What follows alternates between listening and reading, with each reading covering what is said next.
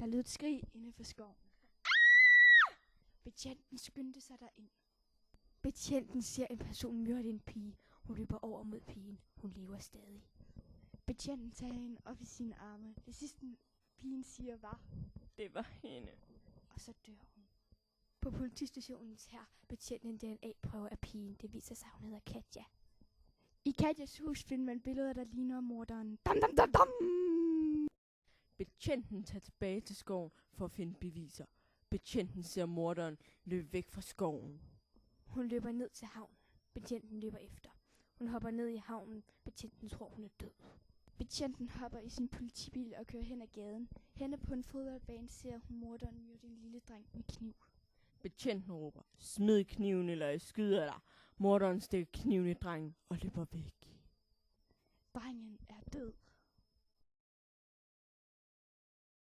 Betjenten løber hurtigt efter morderen.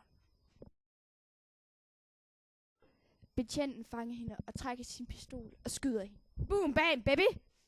Lavet af Katja. Ronja og Vibeke.